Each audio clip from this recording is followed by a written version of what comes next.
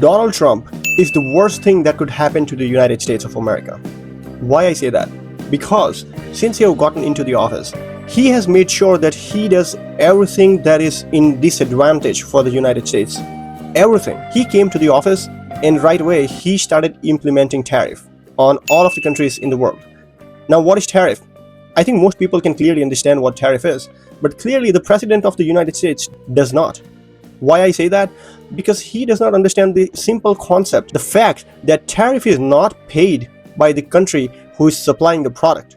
Tariff is paid for by the country who is importing the product. Meaning, all of the cost of the tariff is actually paid for by the common people of the United States of America. We bear the cost of the actual product, not the country who is supplying the product. Ever wondered why all of the groceries have been going up and the prices have been going up so high?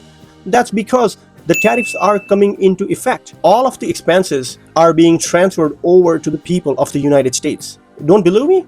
Look at the inflation rate and the way it's going up. And you know what? Even to a certain extent, looking at the inflation rate itself may not help. Why? Because this president is actually rigging the system. The agency that generates the numbers regarding the economy, inflation, employment rate, employment data, he wants to rig that. He wants that agency to produce false data or manipulated data. That's what he wants to do. That's a definition of autocracy. It's no longer a democracy anymore. Think about it. This guy, he wants to control every single aspect of this economy of the United States, but he's not able to, and he won't be able to. And that's why I say Donald Trump is the worst thing that could happen to the United States. He has done so much damage to the US that you could never imagine. The economy took another hit this week. The Bureau of Labor Statistics released a report showing that consumer prices were up 2.9% in August from a year earlier. On top of that, revised numbers show that the U.S. added almost 1 million fewer jobs than previously reported over the 12-month period ending in March. Should be pointed out that most of that period was during the Biden administration. And yet, President Trump continues to insist that all is well with the economy. In a post on Truth Social, he declared there is, quote, no inflation. You can fact check that with your grocery receipt. And he is once again calling for Federal Reserve Chair Jerome Powell. He's calling him a, quote, disaster, with economists expecting the Fed to finally grant Trump's wish for an interest rate cut later this week. As you can see, he wants to fire Jerome Powell, who is the chair of the Federal Reserve, basically the agency who decides the inflation rate based on the inflation numbers. And he is calling him a disaster. He's pressuring him to reduce the rate. In his tweet, he says, no inflation, exclamation mark. Can you believe this guy? No inflation? He would have been reasonable even if he would have said, oh, low inflation. That would mean he respected the people of the country, actually acknowledging the fact and doing something about it. But no, this guy is in complete denial. No inflation? All the common people of the United States can see the effect of his tariff on the grocery list that they buy every single week, on their receipts, and in everything that they buy. Okay? Trump is basically not helping people. He is causing the country to go into even more deficit. You clearly saw that the inflation went up as compared to the last year. It was 0.4% last year. Right now, it's 2.9%. That's the increase of 2.1% net as compared to the last year's price list on your groceries. Okay? And this guy comes out and says, no inflation, exclamation mark, exclamation mark. That's gotta be a joke. That's a slap on common people's face by the president. He's such a disaster of a president. Does he not understand how to read the data? Is he that dumb? Is he that stupid that he doesn't understand the numbers? That he does not understand 2.9% is higher than 0.4%? At this point, he's just basically wanting to deny a clear fact. That's a definition of insanity. He wants to deny a fact and basically come up with his own numbers and his own reality. It's almost like he's living in his own little world, in his own bubble. All the diplomacy that United States had supremacy over has gone down the drain. Think about it.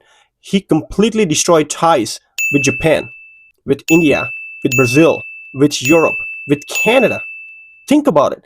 Canada and the US used to be brother and sister type of relation, right? It was considered the most peaceful border in the world. He went completely hostile against Canada, wanted Canada to be 51st state of the United States. Now, how ridiculous is that? Think about it. How ridiculous does that sound? That one entire country would just become a state of United States? Why? Because Donald Trump wants it? That's not how it works. That's not how diplomacy works. That's not how anything works in the world. And this guy is like a child. He throws tantrum.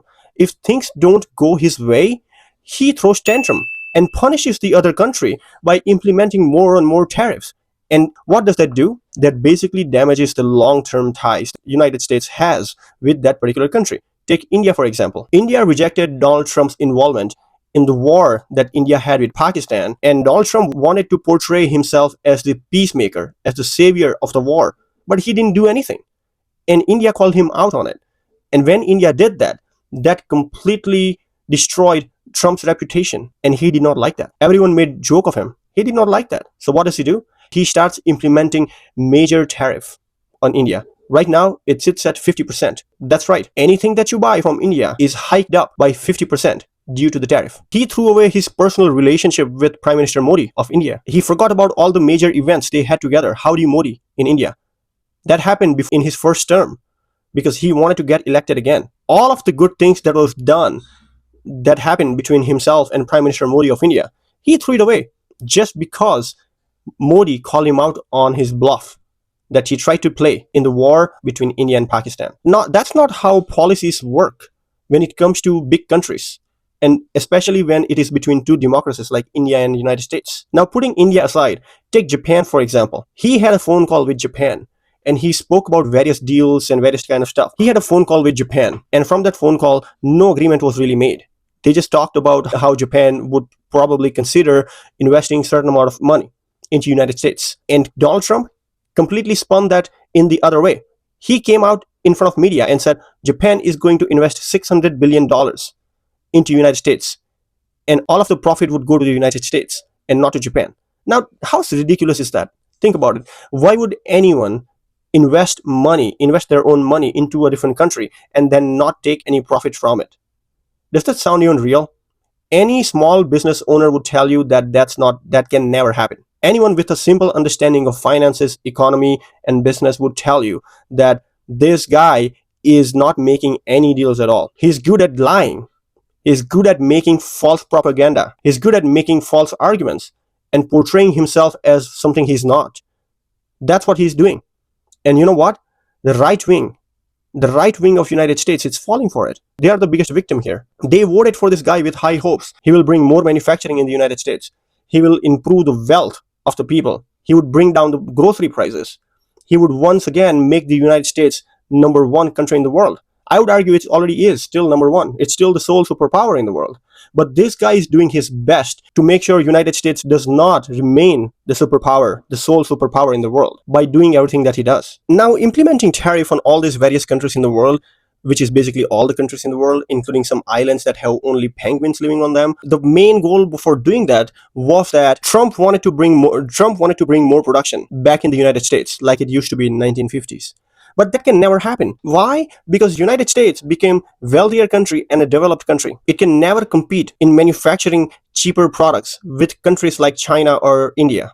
Why? Because those countries are not developed yet. They can get away paying much less amount per hour to their labor in India and China in comparison to United States.